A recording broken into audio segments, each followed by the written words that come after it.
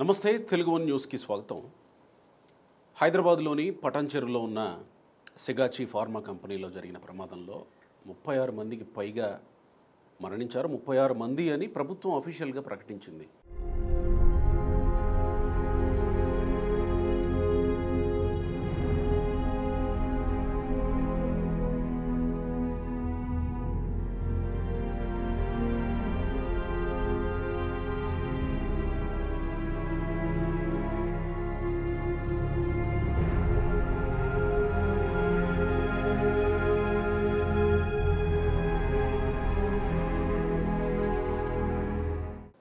చాలా ఘోరమైనటువంటి ప్రమాదం ఆ కంపెనీలో జరిగింది.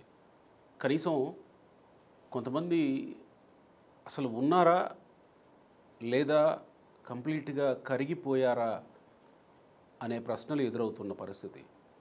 మా వాళ్ళు ఏమయ్యారని బంధువులు అడుగుతుంటే ఉన్నారు, హాస్పిటల్లోనో లేకపోతే ఇంకా పరిశీలిస్తున్నాం, పరిశోధిస్తున్నాం, వెలికి తీసే ప్రయత్నం చేస్తున్నాం అని కూడా చెప్పలేని పరిస్థితి నెలకొంది. అంత హృదయ విదారకమైన పరిస్థితి సిగాచి కంపెనీ వద్ద నెలకొంది, ఫార్మా కంపెనీ వద్ద. అంతలా ఫైర్ యాక్సిడెంట్ జరగడానికి కారణం ఏంటి? అసలు కంపెనీ లోపల ఏముంటుంది? ఇప్పటి వరకు ప్రాథమికంగా కూడా నిర్ధారణకు రాలేకపోయారు అధికారులు అంటే అంతుపట్టని ఇది ఏదో జరిగే ఉంటుంది అక్కడ. ఇప్పటి వరకు కంపెనీ నుంచి కానీ ప్రభుత్వం నుంచి కానీ ప్రాథమికంగా కూడా నిర్ధారణకు రాలేకపోతున్నారు ఫలానా జరిగి ఉంటుందని. ఎందుకంటే ఆ కంపెనీలో ఆ టైంలో డ్యూటీలో ఉన్న అందరూ దాదాపు 145 మంది డ్యూటీలో ఉంటే 36 మందికి పైగా చనిపోయారు. ఇంకా పదుల సంఖ్యలో క్షతగాత్రులయ్యారు.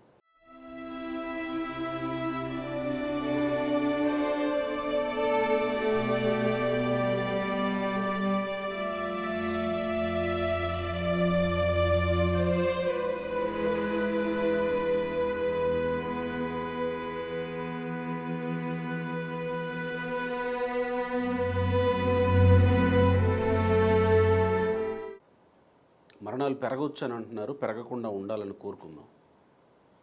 అసలు ఏం జరిగి ఉండొచ్చు?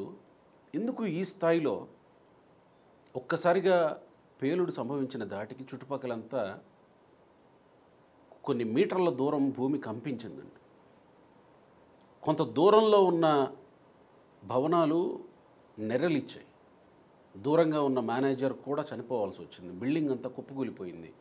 ఫార్మా కంపెనీలో ఈ స్థాయిలో ప్రమాదం జరిగే అవకాశం ఉందా అని ఇప్పుడు ఆశ్చర్యపోతున్నారు ఫార్మా కంపెనీల్లో దశాబ్దాల తరబడి పనిచేసిన వాళ్ళు కూడా. మనతో ఈరోజు ఒక ఎక్స్పర్ట్ ఉన్నారు, సోషల్ ఎంటర్ప్రెన్యూర్, ఎన్విరాన్మెంటలిస్ట్, తెలుగులో చెప్పాలంటే సామాజిక పర్యావరణవేత్త. ఆయన ఫార్మా కంపెనీ ల్యాబ్లో క్వాలిటీ కంట్రోల్లోనూ అలాగే R&Dలోనూ పనిచేసిన వ్యక్తి.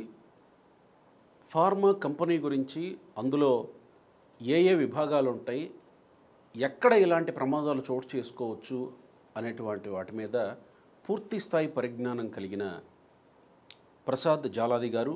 జేఈసీ ప్రసాద్ గారు అంటే ఫార్మా రంగంలో ఎక్కువ మందికి పరిచయం ఉన్న పేరు. వారు మనతో ఉన్నారు. వీరు అమెరికాలోని టెక్సాస్లో ఉంటారు, ప్రస్తుతం ఇండియాలోనే హైదరాబాద్లో ఉన్నారు. ఈ ప్రమాదం జరిగింది కనుక వారిని ఒకసారి స్టూడియోకి ఇన్వైట్ చేసాం. మనతో ఉన్నారు. నమస్కారం సార్.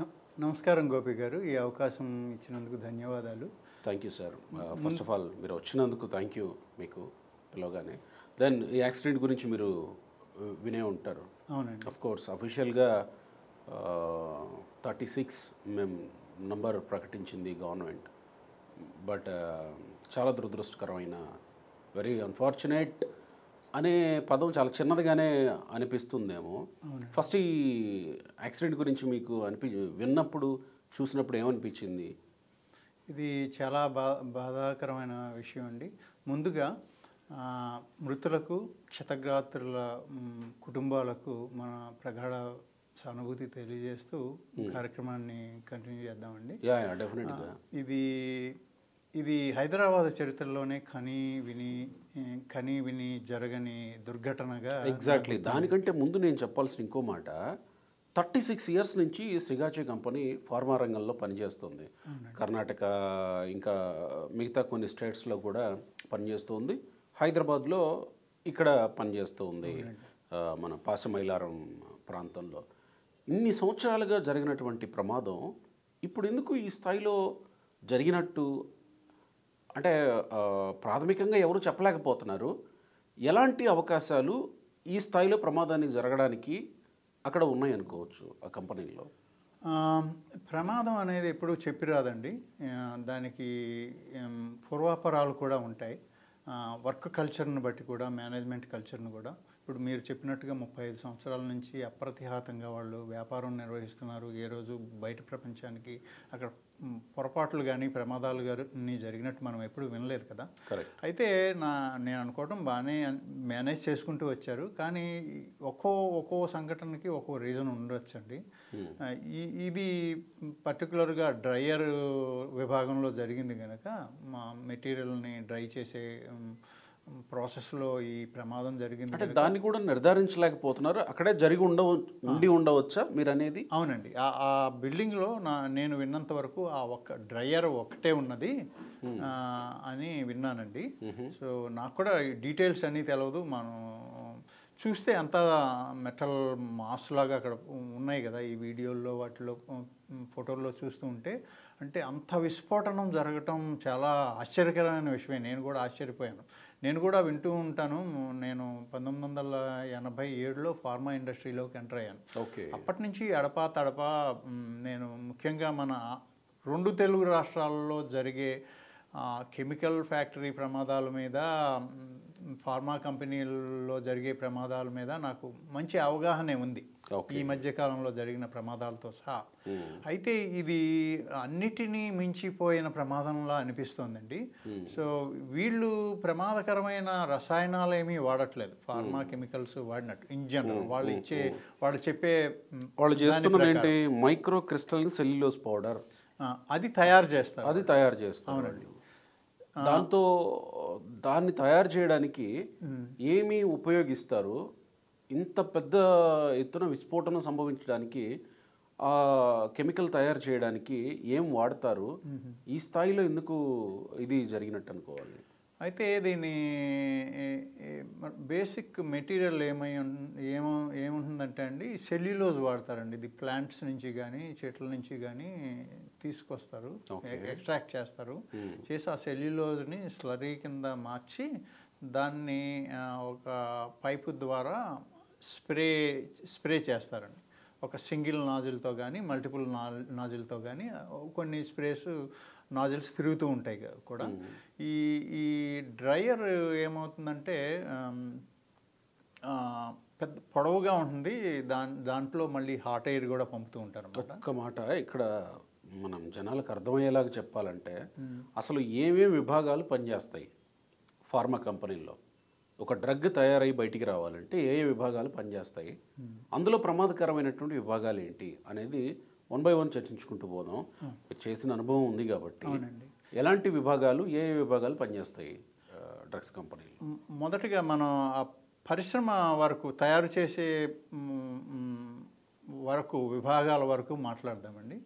ముందుగా పర్చేజ్ డిపార్ట్మెంట్స్ ద్వారా ఈ మెటీరియల్స్ వస్తాయి, రకరకాల మెటీరియల్ వస్తాయి. ఈ మెటీరియల్ అన్నీ కొన్న తర్వాత వాటిని టెస్టింగ్ చేస్తారు. Quality testing, quality control. ముడి సరుకు వచ్చిన తర్వాత ముడి సరుకుని క్వాలిటీ టెస్టింగ్ చేస్తారు. ఆ టెస్టింగ్ వాళ్ళకి కావాల్సిన ప్రామాణికాలు అన్నీ ఉంటేనే తీసుకుంటారు, లేకపోతే వెనక్కి పంపించేస్తారు. సో ఈ పనికి వచ్చేవి క్వాలిటీ దానికి ప్రతి పదార్థం వాళ్ళు కొనే రా మెటీరియల్కి నిర్ణీతమైన ప్రామాణికాలు ఉంటాయి. అంటే ఎక్స్పైరీ కాదు, ఇది దాంట్లో ఎస్ఐ ఎంత ఉపయోగించాలి అని కాదు, దాని క్వాలిటీస్ ఇలా ఉండాలి అని నిర్ధారించబడతాయి కంపెనీలో మనం కొనే వాటికి. అవి కంపెనీకి వాళ్ళు చేసే ప్రోడక్ట్లకి దాన్ని బట్టి వాళ్ళకి కంపెనీ ఇంటర్నల్ స్టాండర్డ్స్ ఉంటాయన్నమాట. ఈ మెటీరియల్ ఈ స్పెసిఫికేషన్స్తో ఉంటే క్వాలిఫై అయితే కానీ వాటిని కొనరు, పంపించేస్తారు వెనక్కి. సో అట్లా తీసుకున్న మెటీరియల్ని వాళ్ళ ప్రాసెస్లో స్టెప్స్ ఉంటాయి, డిఫరెంట్ స్టెప్స్. అవి 1 నుంచి 20 స్టెప్స్ వరకు ఉండొచ్చు. ఓ వీటిల్లో కూడా బ్లాకులుగా అన్నీ ఒకే చోట చేయరు. వీటిని కూడా విడివిడిగా వేరే వేరే విభాగాల్లో చేస్తూ ఉంటారు. బ్లాక్స్ అంటారు జనరల్గా ఫార్మా కెమికల్స్. దాంట్లో ఒక బ్లాక్లో స్టెప్పులు ఉంటాయి. First step, second step, third step అట్లా అన్నమాట. ఇవన్నీ బేసిక్గా రియాక్షన్స్. సో ఈ ముడి సరుకుని తీసుకొచ్చి కలిపి ఇవన్నీ కూడా రసాయన చర్యలే. ఈ బ్లాక్ 1లో ఒక రకమైన రసాయన చర్య నిర్వహిస్తారు, బ్లాక్ 2లో ఒక రకమైన రసాయన చర్య, 3లో 4లో అట్లా ఉంటాయన్నమాట. సో ఇవన్నీ ఏ స్టేజ్లో ఆ స్టేజ్కి ఇప్పుడు బ్లాక్ 1లో నుంచి ఒక కొన్ని రా మెటీరియల్ని వాడిన తర్వాత అక్కడ మెటీరియల్ వచ్చిందనుకోండి, దాన్ని ఇంటర్మీడియట్ అంటారు అన్నమాట. ఆ ఇంటర్మీడియట్ని మళ్ళీ రెండో స్టేజ్కి వెళ్ళడానికి, రెండో స్టేజీలో మళ్ళీ ప్రోడక్ట్ రావాలంటే దాన్ని వేరే కెమికల్స్తో కలిపి రియాక్షన్ జరిగిన తర్వాత, రసాయన ప్రక్రియ జరిగిన తర్వాత ఇంకో ప్రోడక్ట్ వస్తుంది. దాన్ని మూడో స్టేజ్కి పంపుతారు. అట్లా 4, 5 అట్లా జరుగుతాయి అనమాట. సో అవి 5 అయ్యి ఉండొచ్చు, 20 అయ్యి ఉండొచ్చు, లేకపోతే 2 అయ్యి ఉండొచ్చు. వాళ్ళ రిక్వైర్మెంట్ వాళ్ళు చేసే పదార్థాలను బట్టి ఉంటుందండి. సో వీటన్నిటిలో కూడా ఏ స్టేజ్కి ఆ స్టేజ్, మనం ఇందాక ఫస్ట్ స్టెప్లో అనుకున్నాం కదా, బ్లాక్ 1లో ఒక పదార్థం బయటకు వచ్చింది అనుకున్నాం కదా, దానికి కూడా క్వాలిటీ టెస్టులు చేసుకుంటారు ఇంటర్నల్గా. ఇది అన్ని ప్రామాణికాలకి సరిపోయిందా లేదా, ఇంటర్నల్ స్టాండర్డ్స్కి. ఆ టెస్టులు చేయడానికి ఎలాంటి పదార్థాలు ఉపయోగిస్తారు, ఎలాంటి కెమికల్స్ వాడతారు? ఆ కెమికల్స్ను మళ్ళీ వేరే ఎక్విప్మెంట్ ఉంటుందండి దాంట్లో. ఏమంటారు, హెచ్పిఎల్సి నుంచి గ్యాస్ క్రోమటోగ్రఫీ వాడతారు, వేరే మామూలుగా టైట్రీమెట్రీ వాడతారు, మన టైట్రేషన్స్ అంటుంటారు. ప్రమాదకరమైనవా? అవి ప్రమాదకరమైనవి. సో మొదటి స్టేజ్లో ప్రమాదం లేదు అంతేనా? అంటే క్వాలిటీ చెక్ చేస్తున్న ఈ ప్రమాదం ఉందా లేదా అనేది మీరు వాడే రసాయనాలను బట్టి, ఆ రసాయన ప్రక్రియను బట్టి ఉంటుంది. అదే నేను అంటున్నా. ఆ రసాయన ప్రక్రియ ఏదైతే ఉందో ఒక్కొక్క రసాయన ప్రక్రియ ఒక్కొక్క రకంగా ఉంటుంది. రియాక్షన్స్ ఉంటాయి. కొన్ని సాదాగా వెళ్ళిపోతాయి, కొన్ని టెంపరేచర్ రేజ్ చేస్తాయి, కొన్ని సోడియం సైనైడ్ లాంటివి వాడారనుకోండి, అది విషపూరితం కదా, దాంతో చాలా జాగ్రత్తగా. సో ఇక్కడ క్వాలిటీ చెక్ చేసే దగ్గర ప్రమాదం సంభవిస్తే ఈ స్థాయిలో విస్ఫోటనం జరుగుతుంది? ఆ స్థాయిలో ఉండదు. క్వాలిటీ డిపార్ట్మెంట్లో ఇవన్నీ చిన్న చిన్న శాంపుల్స్, మిల్లీగ్రామ్స్లోనే పంపుతారు శాంపుల్స్, అక్కడ చేసే అట్లాగే ఉంటాయి. దెన్ నెక్స్ట్ ప్రొసీజర్ ఏముంటుంది? అట్లా ల్యాబ్లో టెస్టింగే జరుగుతుంది. కానీ మేజర్ యాక్షన్ జరిగేది రియాక్టర్స్లో. ఈ బ్లాక్లు ఉన్నాయి అనుకున్నాం చూసారా, ఈ రసాయనిక ప్రక్రియ రియాక్టర్లో జరుగుతూ ఉంటుంది. ఒక స్టెయిన్లెస్ స్టీల్లో కానీ, గ్లాస్ రియాక్టర్లో కానీ, మన ఎంఎస్ రియాక్టర్లో కానీ జరుగుతూ ఉంటాయి. ఎంఎస్ రియాక్టర్ అంటే ఏంటి సార్? ఇవి మన ముడి ఇనుముతో చేసే రియాక్టర్లు ఉంటాయి కదండి. స్టెయిన్లెస్ స్టీల్ ఎలా ఉంటుందో ముడి ఇనుముతోనే చేసే అవి ఉంటాయి.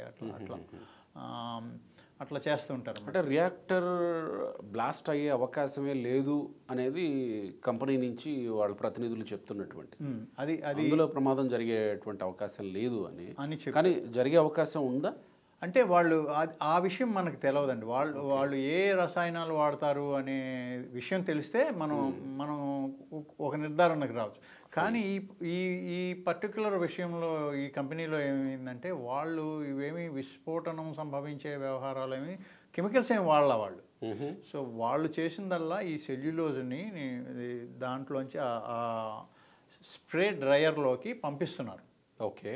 పంపించే ప్రొసీజర్లో అది డ్రై అయిన మెటీరియల్ నుంచి ఏదో జరిగి ప్రమాదం జరిగింది.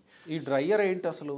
ఈ డ్రైయర్ ఏం చేస్తారంటే, ఇప్పుడు వీళ్ళ ప్రోడక్ట్స్ ఏంటంటే సెల్యులోజ్ ప్రోడక్ట్స్. ఇవన్నీ మెడిసిన్కి కోటింగ్గా కానీ, బైండర్స్గా కానీ ఇట్లా వాడుతూ ఉంటారు అన్నమాట. అంటే మెడిసిన్ పైన వాడేవే ట్యాబ్లెట్ తయారు చేయడానికి లోపలేమో మందు ఉంటుంది, బయట చుట్టూ అంతా ఈ వీళ్ళు సప్లై చేసే సెల్యులోజ్ వేరే పదార్థాలతో కలిపి వాడుతూ ఉంటారు. అంటే అది కొంత ఫ్లేవర్లోనూ లేకపోతే అవన్నీ కలుపుతారు, కలర్స్లోనూ ఇట్లా రకరకాలుగా ఉంటుంది కదా. ముఖ్యంగా అది ఆ మందుని పట్టి ఉంచడానికి అట్లా ఉంచుతుందండి. వాళ్ళు డోసేజ్లు చేస్తారు కదా, 150 మిల్లీగ్రామ్స్ అట్లా ఉందనుకోండి, అసలు మందు వేరే ఉంటుంది, దానిపైన ఇది కోటింగ్ కింద అట్లా పట్టి ఉంచటానికి లోపల ఉంచుతారన్నమాట. మన కొబ్బరి కోవా అంటారు చూసారా, బయట పంచదార ఉంటుంది, లోపల కోవా ఉంటుంది చూసారా, ఆ టైప్లో అనమాట.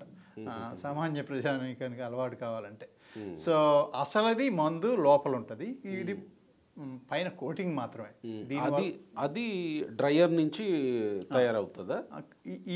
ఈ పౌడర్ తయారు చేయటానికి ఇప్పుడు మనం ఇందాక అనుకున్నట్టు చెట్ల నుంచి మొక్కల నుంచి సెల్యులోస్ తీసుకుని దాన్ని వేరే ప్రాసెస్ ద్వారా ప్యూరిఫై చేసి, లేకపోతే ప్యూరిఫైడ్ మెటీరియల్లే దొరికితే దాన్ని రా మెటీరియల్గా కొనుక్కుంటారు వాళ్ళు.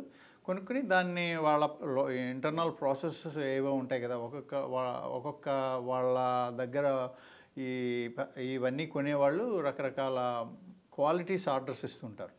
వీళ్ళకి కూడా కంపెనీకి కూడా డిఫరెంట్ క్వాలిటీస్ ఉంటాయి. బహుశా నాకు తెలిసిన దాన్ని బట్టి ఈ కంపెనీలో కూడా 6-7 క్వాలిటీస్ ఉన్నాయి వీళ్ళ దగ్గర, అదే సెల్యులోజ్ ప్రోడక్ట్ అండ్ ఫినిష్డ్ ప్రోడక్ట్లో. ఓకే. సో అది వీళ్ళకి వచ్చిన ఆర్డర్ల ప్రకారం రకరకాలుగా తయారు చేస్తారు. అదేంటంటే పార్టికల్ సైజుని బట్టి అట్లా ఉంటాయన్నమాట. కొంతమంది కొన్ని మందులకి ఈ పార్టికల్ సైజు కావాలి, కొన్ని కంపెనీలు అనమాట. మనకి ఎట్లయితే షర్ట్లు డిఫరెంట్ సైజులు కావాలి అమ్ముతూ ఉంటారో అట్లాగే ఆర్డర్ ఇస్తారు కదా, అట్లాగే ఈ వ్యవహారంలో కూడా అట్లా నడుస్తూ ఉంటుంది. సో ఒకటే అవటానికి సెల్యులోజు డ్రై పౌడర్ అయినా కూడా దాంట్లో పార్టికల్ సైజులో తేడాలు ఉంటాయి. ఈ పార్టికల్ సైజు కాన్స్టెంట్గా వచ్చేదానికి డిఫరెంట్ నాజిల్స్ వాడచ్చు, డిఫరెంట్ స్ప్రే సిస్టమ్ వాడచ్చు వాళ్ళు ఇంటర్నల్గా. సో అది డ్రయర్లో తయారవుతుంది అంటారా? ఇది లిక్విడ్ ఫామ్లో ఆ డ్రయర్లోకి స్ప్రే చేస్తారండి. లిక్విడ్ ఫామ్లో ఆ నాజిల్ ద్వారా స్ప్రే చేస్తారు. అది స్ప్రే అవ్వగానే ఇది జరిగేలోగానే 150 నుంచి 200 డిగ్రీలు ఆన్ యావరేజ్ జనరల్ ఇండస్ట్రీగా, అది ప్రోడక్ట్ నుంచి ప్రోడక్ట్ మారచ్చు. 150 నుంచి 200 డిగ్రీల హాట్ ఎయిర్ లోపలికి వస్తూ ఉంటుంది అనమాట. ఇది ప్రాసెస్, ఇది టెంపరేచర్. ఎప్పుడైతే ఈ నాజిల్లోంచి లిక్విడ్ వస్తుంది అనుకోండి, అది ఈ హీట్ తగలంగానే అప్పటికే ఆ ఛాంబర్ అంతా హీట్ అయిపోయి ఉంటుంది కదా, డ్రయర్ అంతా లోపల. సో ఇది ఈ లిక్విడ్కి ఎప్పుడైతే ఈ హీట్ తగిలిందో అది డ్రై అయిపోయి పౌడర్గా మారిపోయి, అంటే ఏమవుతుంది, అందులో ఉన్న మాయిశ్చర్ కంటెంట్ అంతా ఈ హాట్ ఎయిర్ లాగేస్తుంది, డ్రై అయిపోతుంది. లాగేయంగానే డ్రై అయిపోతుంది. ఆ డ్రై అయ్యి పొడి అయిపోయింది ఇలా కిందకి రాలిపోతూ ఉంటుందండి. ఈ కింద మళ్ళా ఆ పౌడర్ని, డ్రై అయిన పౌడర్ని మళ్ళీ కలెక్ట్ చేసుకుని దాన్ని మళ్ళీ ప్యాక్ చేసుకుంటుంటారు అన్నమాట. సో ఇది జనరల్ ప్రొసీజర్. అంటే డ్రయర్ ఛాంబర్లో జరిగే ప్రక్రియ ఇది. ఓకే. అంటే ఇక్కడేమన్నా ప్రమాదం జరగడానికి అవకాశం ఉందా? ఈ స్థాయిలో ప్రమాదం జరగడానికి అవకాశం ఉందా? జనరల్గా స్ప్రే డ్రైయింగ్ సేఫ్ అనే చెప్తారు, కానీ కొన్ని సందర్భాల్లో ఇది ప్రమాదానికి అతీతం కాదు. ఉన్నవి ఇవి ఇంజనీరింగ్ స్టడీస్లో కానీ ఇండస్ట్రీలో కానీ ఇది వరకు జరిగింది. ఇవి కొన్ని సందర్భాల్లో ఈ డస్ట్ క్లౌడ్ లాగా ఫామ్ అవుతుందండి. ఇప్పుడు మన డ్రై అయిపోయింది, కిందకి జలజల రాలుతూ ఉంటుంది కదా, ఒక్కోసారి సైడ్స్ కూడా అంటుకోవచ్చు. సో ఈ రాలిన దాంట్లో ఇట్లా పడుతున్నప్పుడు కానీ, ఇట్లా కిందకి మూవ్ అవుతున్నప్పుడు కానీ మన పౌడర్ ఎగిరినట్టు గాలి అదే ఛాంబర్లో ఎగురుతూ ఉంటుంది. పార్టికల్స్ బాగా మైక్రోనైజ్డ్ పార్టికల్స్ ఒక్కోసారి వీటికి కొన్ని లక్షణాలు ఉంటాయి. ఈ మైక్రోనైజ్డ్ పార్టికల్స్ ఒక్కోసారి అట్లా ఎగురుతున్నప్పుడు దీన్ని డస్ట్ క్లౌడ్ అంటారు, పౌడర్ క్లౌడ్ వాటెవర్. సో ఈ క్లౌడు ఈ డిఫరెంట్ టెంపరేచర్లోనూ ప్రెషర్లోనూ బిల్డ్ అయితే ఇగ్నైట్ అయ్యే ప్రమాదం ఉంది. ఇది స్టాండర్డ్ వార్నింగ్ కింద చెప్తారు. జనరల్గా జరగదు, కానీ జరిగే అవకాశాలు ఉన్నవి. ఎందుకంటే ఒకసారి టెంపరేచర్లో ఇబ్బందులు వచ్చి ఎక్కువ టెంపరేచర్ వచ్చినా మారిపోవచ్చు. ఇట్లాంటివి ఉంటాయి కదా, టెంపరేచర్, ప్రెషర్ అండ్. అంటే ఈ టెంపరేచర్ స్టాండర్డ్ టెంపరేచర్ ఉంటుందా, లేదా తగ్గించుకోవడం పెంచుకోవడం ఇలా జరుగుతూ ఉంటుందా? ఇవన్నీ బ్యాచ్కి వాళ్ళు తీసుకునే బ్యాచ్ని బట్టి వాళ్ళ క్వాలిటీ ఏది ప్రొడ్యూస్ చేయాలనుకున్నారు. ఫర్ ఎగ్జాంపుల్ నేను చదివిన దాని ప్రకారం వీళ్ళ దగ్గర 50 మైక్రాన్స్ 90 మైక్రాన్స్ అట్లా వేరు micron size particle size produce చేస్తారు. అన్నిటికీ ఒకటే వాడకపోవచ్చు ప్రాసెసర్ టెంపరేచర్ కానీ ఇంకోటి కానీ ఎందుకంటే కొన్ని ప్రామాణికాలు లైక్ మనం అనుకున్నది 150లో ఒక రకమైనది రావచ్చు. అట్లా అది ఇంటర్నల్ రీసెర్చ్ అండ్ డెవలప్మెంట్ మీద వాళ్ళు ఎస్టాబ్లిష్ చేస్తారన్నమాట. అంటే యాక్చువల్గా 110 degrees వీళ్ళు ఆ డ్రయర్ను ఉపయోగించారు. టెంపరేచర్ అనేది కొంత సమాచారం సర్క్యులేట్ అవుతూ ఉంది. సో 110 degreesలో ఈ పార్టికల్ డస్ట్ క్లౌడ్ ఫామ్ అయితే ఆ 110 degreesలోనైనా ఈ స్థాయిలో ఎక్స్ప్లోషన్ జరిగే అవకాశం ఉందనుకోవచ్చా? అది చాలా క్లిష్టమైన క్వశ్చన్ అండి. ఆనెస్ట్లీ ఇన్నాళ్ళు జరగలేదు కదా. ఎగ్జాక్ట్లీ కదా. కానీ ఇది ఇక్కడ ఎందుకు జరిగింది అనేది ఇంకా మనకి కరెక్ట్గా తెలవడం లేదు. కాకపోతే నేను ఒక విషయం అంటే అవకాశం ఉందా, అదే జరిగిందని మనం అనట్లేదు, అవకాశం ఉందా అని. అవకాశం ఉంది. ఎప్పుడు నేను ఇందాక ఈ విషయం చెప్తూ ఆగానండి. ఈ డస్ట్ క్లౌడ్ ఫామ్ అయినప్పుడు అది ప్రెషర్ బిల్డ్ అయ్యి ఎక్స్ప్లోడ్ అయిపోతుంది. అంటే మళ్ళీ వాళ్ళు ఇచ్చే టెంపరేచరు ఆ వాల్యూమ్ వాటిని బట్టి అది ఎంత ప్రమాదకరమైనదంటే డైనమైట్ కంటే ఎక్కువ విస్ఫోటనం జరుగుతుంది. That's what I'm asking. అది ఉంది, అది జరిగిన సంఘటనలు ఉన్నాయి. కానీ ఈ సంఘటనలో అక్కడ ఏమి జరిగింది, స్ప్రే డ్రైయర్లో ఏం జరిగింది, దాంట్లో ఎంత టెంపరేచర్ మెయింటైన్ అవుతుంది ఈ ప్రమాదం జరిగినప్పుడు అనేది ఆ వివరాలు అందరికీ తెలవాలండి. అంటే ఇది టెంపరేచర్ మెయింటైన్ చేయడం మాన్యువల్గా ఉంటుందా లేదా ఒక ఫిక్స్డ్ చేసేసి మిషనరీతో నడిపించేస్తారా, మాన్యువల్గా ఏమన్నా చేస్తారా? జనరల్గా ఇవన్నీ కూడా సిస్టమ్స్ ఎస్టాబ్లిష్ అయి ఉంటాయండి. మోస్ట్లీ ఆటోమేటెడే ఉంటాయి. నాకు కూడా మనం చూస్తే కానీ తెలియదు, లేకపోతే ఎవరన్నా చూసిన వాళ్ళు చెప్తే కానీ. ఇవన్నీ అంటే మనం ఇప్పుడు అడ్వాన్స్ టెక్నాలజీ ఉన్నాం కదా. జనరల్గా ఆటోమేషన్ అంటే ఈ లిక్విడ్ లోపలికి స్ప్రే చేసేటప్పుడు దాన్ని ఒక పంపు ఏదో ఒక ఛాంబర్లో నుంచి దీనికి డిఫరెంట్ ఉంటాయి. ఒక కంటైనర్ నుంచి ఈ లిక్విడ్ స్ప్రే అవుతూ ఉంటుందండి. సో ఆ లిక్విడ్ ఫ్లో అవ్వాలంటే ఆ పైప్లో ఒక పంపు రన్ అవుతూ ఉంటుంది, ఈ లిక్విడ్ని పంప్ చేస్తూ ఉంటుంది. ఆ తర్వాత ఎట్లా వస్తుంది, హాట్ ఎయిర్ రావాలంటే దాన్ని ఆ హాట్ ఎయిర్కి ఏవో ప్రమాణాలు ఉంటాయి. దాన్ని బట్టి మధ్యలో హిపా ఫిల్టర్ పెట్టి ఆ హాట్ ఎయిర్ పంప్ చేస్తూ ఉంటారు. ఆ హాట్ ఎయిర్ మూలనే ఈ మెటీరియల్ అంతా డ్రై అవుతుంటుంది. వచ్చినట్టు డ్రై అయ్యి పౌడర్గా కింద బాటమ్కి వెళ్ళిపోతుంది. దాన్ని కనెక్ట్ చేస్తారు, కలెక్ట్ చేసుకుంటారు. ఈ కలెక్ట్ చేసే ప్రాసెస్లో కూడా ఈ డ్రై ఎయిర్ అందులోనే ఉంది కదా. సో ఎయిర్ అందులోనే ఉండకుండా ఆ ఎయిర్ని కూడా ఇప్పుడు తడి మాయిశ్చర్తో వస్తుంది కదా లిక్విడ్. వచ్చినప్పుడు ఈ మనం 150 ఇచ్చినా 100 degrees ఎయిర్ లోపలికి పంపించినా ఆ చల్లటి ఇది కండిషన్స్లో హాట్ ఎయిర్ కూడా కూల్ అవుతుంది కదా. ఈ హాట్ ఎయిర్ మళ్ళీ కంటిన్యూస్గా రన్ అవ్వాలంటే ఈ ఎయిర్ని కూడా బయటికి తీసేస్తారు. ఎయిర్ కంటిన్యూస్గా ఫ్లో అవుతూ ఉంటుంది, టెంపరేచర్ తగ్గుతుంది, టెంపరేచర్ వస్తూ ఉంటుంది, మెయింటైన్ చేస్తారు ఆ టెంపరేచర్. అదే రెండు ఢీకొన్నప్పుడు టెంపరేచర్ తగ్గుతుంది. ఇది మాయిశ్చరు ప్లస్ ఈ హాట్ ఎయిర్ రెండు ఢీకొన్నప్పుడు టెంపరేచర్ తగ్గుతుంది, దాన్ని మళ్ళీ బయటికి పంపిస్తారు. దాన్ని మళ్ళీ రీప్లేస్ చేయడానికి బయటికి ఆ ఎయిర్ మళ్ళీ బయటికి వెళ్ళిపోతూ ఉంటుంది, హాట్ ఎయిర్ వస్తూ ఉంటుంది. ఇట్లా సిక్లిక్గా నడుస్తూ ఉంటుంది, సైకిల్ లాగా నడుస్తూ ఉంటుందండి. ఈ హాట్ ఎయిర్ కూల్ అయిన ఎయిర్ అయినా బయటికి వెళ్ళటానికి దానికి ఇంకో పంపు ఉంటుంది, బయటికి మళ్ళీ పంపేటప్పుడు మళ్ళీ మధ్యలో ఇంకో హిపా ఇది ఉంటుంది, ఫిల్టర్ ఉంటుంది. దాని ద్వారా హాట్ ఎయిర్ బయటికి వెళ్ళిపోతుంది. అంటే బయటికి వెళ్ళిపోయేటప్పుడు ఏ ప్రమాదం లేదు.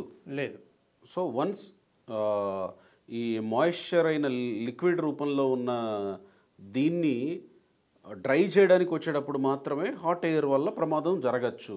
హాట్ ఎయిర్ ఈ సంఘటనలో హాట్ ఎయిర్తో ప్రమాదం కూడా కాదు.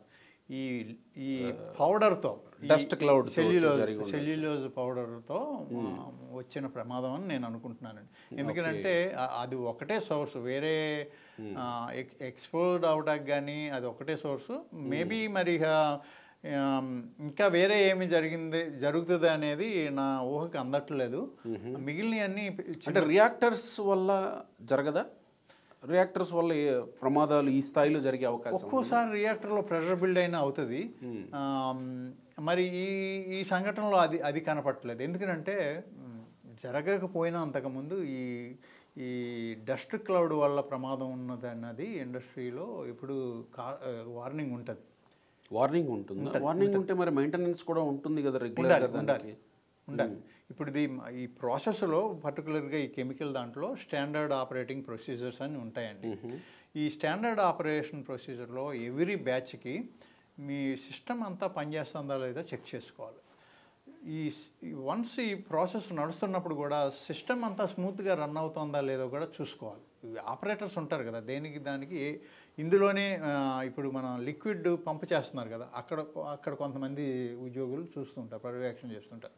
అట్లాగే దీంట్లోకి వచ్చే హాట్ ఎయిర్ సే 110 degrees 150 అనుకున్నాం అనుకోండి, ఈ 150 degrees కాన్స్టెంట్గా వస్తుందా లేదా అని మానిటర్ చేసుకోవటానికి కొంతమంది అదేమన్నా పెరిగే అవకాశం ఉంటుందా?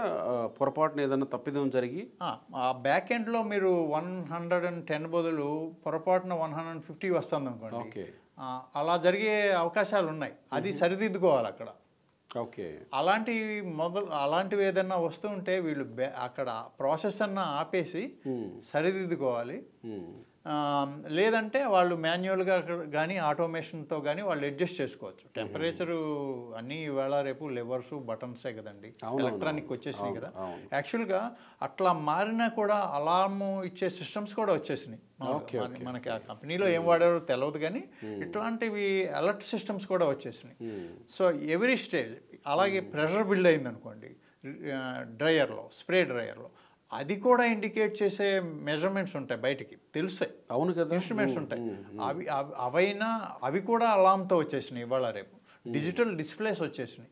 దాన్ని పర్యవేక్షించడానికి ఒక అధికారి ఉంటాడు, కొంతమంది వ్యక్తులు పనిచేస్తుంటారు దాంట్లో కూడా. దానికి ఒకే వ్యక్తి సరిపోయినా అతనే మానిటర్ చేస్తుంటారు, గస్తీ తిరుగుతుంటారు వీటి చుట్టూ. ఓకే, సో వీటన్నింటినీ దాటుకుని ఇంత పెద్ద విస్ఫోటనం సంభవించిందంటే, ఏదో ఫార్మా కంపెనీలో జాబ్ చేయడానికి పోతున్నావంటే ఎస్ ఇదొక కూల్ జాబ్, అవునండి, ఇదొక సాఫ్ట్ నేచర్డ్ జాబ్ అనుకోవడానికి లేదు.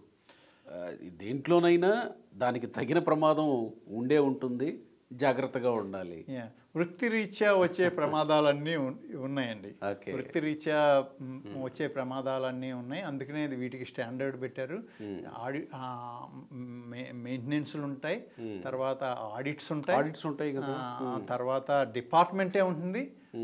కంపెనీలో ఇంటర్నల్గా డిపార్ట్మెంట్ ఎవరో ఒకళ్ళని ఈ విషయాల మీద నాలెడ్జ్ ఉన్న వాళ్ళని ఒక కమిటీ కింద వేసి ఇంటర్నల్ ఆడిట్ డిపార్ట్మెంట్ కింద ఆ వ్యక్తులు నైపుణ్యం కలిగిన వాళ్ళందరూ. ఆడిట్లో జనరల్గా మనం సొసైటీలో చూస్తే కొన్ని ఆడిట్లు మేనేజబుల్ ఆడిట్లు ఉంటాయి కదా. అవునండి, ఈ ఫార్మా కంపెనీల్లో కూడా మేనేజబుల్ ఆడిట్లు జరిగితే ఇలాంటి ప్రమాదాలకు అవకాశం ఉంటుందేమో. తప్పకుండా ఉంటుంది. అది వాళ్ళ కీడు వాళ్ళు కోరుకున్నట్లే.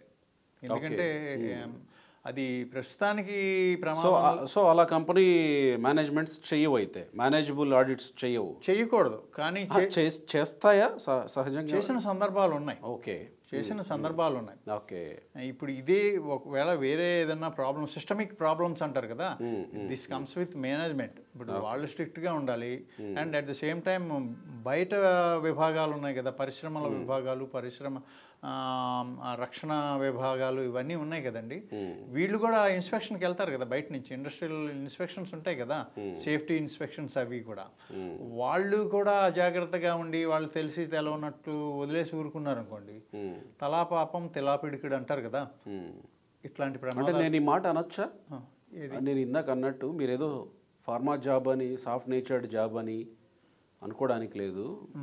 మీరు ఒక అణుబాంబు లాంటి దీని మీద పనిచేస్తున్నారు. అవునండి, మీరు జాగ్రత్తగా లేకపోతే అవునండి అదే కబళించేస్తుంది అవునండి అనే మాట అనొచ్చా? అనొచ్చు. ఓకే. మా మిత్రులు కూడా చెప్తున్నాను, కెమికల్స్తో పనిచేయటం పాములతో పడుకున్నట్టే. మనం సర్వదా సర్వవేళలా అప్రమత్తంగా ఉండాలి. ఎందుకంటే మనం చదివిన చదువులు ఇవన్నీ బాగానే ఉన్నాయి, కానీ అక్కడ ఉన్నప్పుడు మనం తూచా తప్పకుండా ఇవన్నీ చేయకపోతే మనం ప్రమాదంలో పెట్టుకుంటున్నాం, మనతో మన పాటు సహచరుల్ని ప్రమాదంలో పెడుతున్నాం. రైట్. కంపెనీ వాళ్ళ వస్తువుల్ని, ఇప్పుడు రియాక్టర్లు ఇవన్నీ కూడా కంపెనీ ప్రోడక్ట్ కదా, ప్రాపర్టీ కదా, దాన్ని ప్రమాదంలో పెడుతున్నాం. అన్నిటికంటే పెద్ద ప్రమాదం ప్రాణాలు పోతున్నాయి, ఆస్తి నష్టం కూడా కదా. ఈ కంపెనీ లాసుల్లోకి వెళ్తే మనం దేనికోసం అయితే ఇన్నాళ్ళు శ్రమ పడ్డామో, ఎక్కడైతే మన జీవితం గడుపుతున్నామో, ఉద్యోగాలు చేసి శాలరీలు తీసుకుని, అది పోతుంది కదా. కరెక్ట్. సో ఇంతకంటే ముఖ్యమైనది మనం ఆలోచించుకోవాల్సింది, మన వల్ల జరిగే పొరపాట్లకి మన కుటుంబమే కాదు, ఇతరుల కుటుంబం కూడా నష్టపోతుంది కదా. మనం జాగ్రత్తగా మనం అజాగ్రత్తగా ఉంటే చాలా ప్రమాదాలు ఈ ఉద్యోగులు నిద్రపోవటంలో జరుగుతాయి. ఒక్కోసారి ఇందాక మనకు అనుకున్నట్లు ఈ మీటర్స్ ఇవి చెక్ చేసుకోకపోవటం మూలాన జరుగుతాయి. కొన్నేమో మన దీంట్లో హిందీలో చెప్తారు కదా, చల్తాహాయ్ అనేది, పట్టించుకోకుండా అజాగ్రత్తగా వెళ్తే ఇన్నాళ్ళు ఏం కాలేదు, నీకేం తెలియదు, ఏం కాదులే చేసేద్దాం అనుకుంటే ఇది ఇలా పెద్ద ప్రమాదాలకి దారితీసే అవకాశాలు ఉన్నాయి.